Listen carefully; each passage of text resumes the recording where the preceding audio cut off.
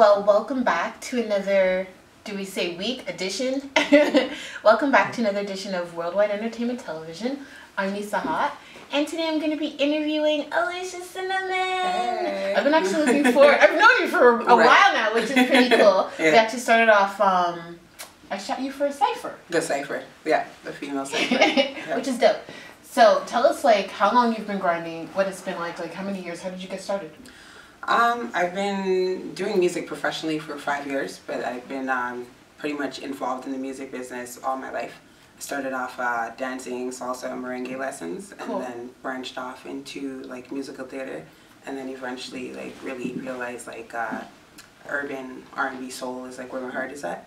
So that was kind of like I guess my break into the industry was actually when I started doing like birthdays, weddings, and funerals. Yeah. And then people started seeing me from there and were requesting like original music and stuff like that. So it was kind of like a happenstance, so to speak. Well, that's the thing that I love about you. You're like a beast out there, always performing, constantly performing. Yeah. So like, how important is stage presence and like putting together a stage show? You've got dancers. Yeah. Like. For me, I always like taking my performances to another level. Yeah. So it's pretty much just you have to keep in mind like we live in a day and age where people's attention span is very short. Yeah. So you have to capture people. You might not have a second song to do as such. So even if it's just you on the stage, like just being able to own the stage, but as well as like engaging and interacting with the audience. And something that I had to like really get comfortable with is like performing with my eyes open, because it's so easy to get lost in what you're doing.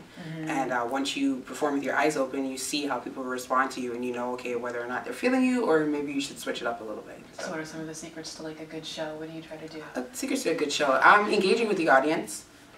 Just having fun. Try to be a little bit personable. Like I might, make a joke. Sometimes I have to remind people, like, hey, forget about being in Toronto. We're in Jamaica right now, so people can free up themselves a little bit. Like drop the screw face, like, yeah. So pretty much just reminding people why they're there. Like you're having fun. I try not to take what it is that I do too seriously. Even though I take it seriously, like when I'm on stage, just really having fun, and also just rehearsal. A lot of people just kind of jump on stage without rehearsing. Like every time you're on stage, whether it's one person or 1 million people, like that might be your only shot. So make the best of it. Well, that's interesting you bring that up, because artist development is actually something that's non-existent now. Right. And are you an independent? Yeah. Okay. So like, how are you making sure, like, is there a routine? Is there like, how are you staying strict and making sure that you developed your artistry? Just really being open to constructive criticism. A lot of people think as soon as they drop a mixtape or they have a couple views on YouTube, all of a sudden they're stars. And like I'm not afraid to ask people. I'm not afraid to like make a fool out of myself if I have to try something, embarrass myself. I learned something from it, keep it moving. So it's just understanding, like, I don't think I'm ever going to be satisfied with where I'm at. There's always going to be room to grow. That's great. And I think if there's one person to really like that kind of like epitomize that, is Beyonce. Like she's constantly going to the point where you're annoyed of seeing her on your TV screen, but you have to respect the hustle, because she realizes like there's always somebody right there waiting to take your spot. So if you think you got it and you got it made and you chill for a little bit, that person's just gonna come and knock you right off your throne. So yeah. So it just reminded, like, just remaining humble and just realizing, like, you'll never, as far as I'm concerned, I'll never actually make it. So that's what keeps me going. Dope. Yeah. What genre do you classify your music in?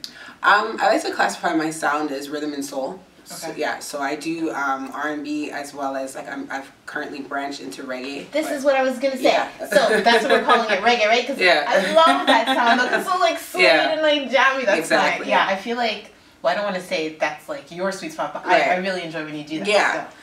So. It's just really finding my sound and being able to transition it into anything. Yeah. It's just like having the OVO sound. Like Drake can do that on a reggae track, Afro beats, hip hop. It's a sound.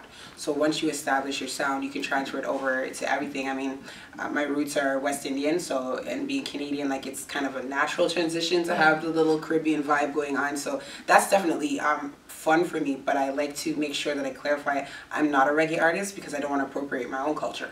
Like, so I let people know, like, I'm an R&B singer who just so happens to be versatile and just loves reggae music. So. Yeah. Singles coming out? Okay, no, before we even jump into that, you do have some singles on the radio, which is really impressive. Yeah. So how are you, like, getting your music to radio? Like, what's that? I'm at a point where they're asking me for my music now. That's yeah, which is really dope. I have 2 singles that are currently playing on the radio within the past 2 months. What Can You Do, Can't Stop a Girl, and that's like a refreshing remix of Barry Hammond's Can't Stop a Man. Come on. And No Surrender is like a reggae soul dance hall mix with dancehall artist Dudsey Mill, and that's playing in Jamaica, the UK, Canada. Like they really have picked. It kind of has like a Maxi Priest kind of feel to it, so it takes you back, but also keeps it modern and relevant. And it's just it's very playful. So it's my first time really branching out in terms of like major features. Like a lot of my features were underground features, and now it's just really getting it out there. So I guess people pay attention to what it is that you're doing, and I've pushed and I've been sending my music to the radio and listening to the feedback that they're giving me in terms of like the quality of music or what it takes to get on radio. And now I kind of, I guess, figured out the formula. So like, all right, girl, just keep sending them. I love that. And you have a major feature coming out? And yes, I do. Coming out this week? Yes, I do. It's called Living for Saturday, and it's actually something totally different. It's like a electro funk pop kind of, yeah. So I'm taking it back to like Electric Circuits kind of vibe, and it's with a UK artist. He's currently by way of Vancouver, BC, and his name is Brian Asha, and he's a DJ, producer / artist. So it's definitely something fun and different, and it's coming out this week. How did the two of you meet? Good question. Good old Facebook. Right. Somebody hit me up, said somebody was looking for an artist to do a track with. Originally, I was just gonna sell him my vocals. And then we just kind of like realized like we have this amazing dynamic together, so it's like, you know, why not tap into each other's fan base and just have fun with it. So this is the first song that we're releasing, but we're actually in the process of doing another one. Cool. Yeah. Yeah, I know there's a huge market for electric music, so is that something that you can see yourself like moving into? Now that I figured out like who I am, like I just want to touch base with everything. Like you're gonna hear like some alternative music, some country music. Now I'm seeing like, you have a hustle still. You have to start hustling. It's just a matter of time, and everything takes time. Exactly. Everything takes time. So the fact that you're like open to criticism, you know what I mean? You're on your grind. You're performing absolutely everywhere. You're building your stage show. Yeah, I believe in it. Thank you. My DMs are really funny. The other day I was checking it, and there's like a 12-year-old inside of this cute little Spanish boy. And he was like, you know, like, it was all these hearts and kisses, and he's like, you're the bomb.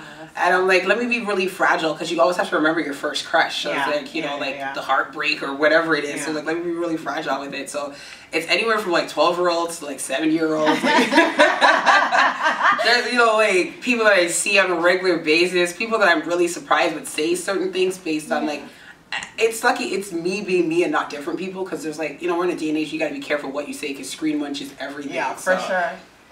Definitely a lot of interesting people, but I'm flattered at some of the people that like approach me where it's like, oh. Perfect question. Great. And now there's this new trend that's going on: rompers for men. Oh God. Rompims. Oh gosh. Yay or nay? Is that nay. Right? That's like a nay. Negative all the way.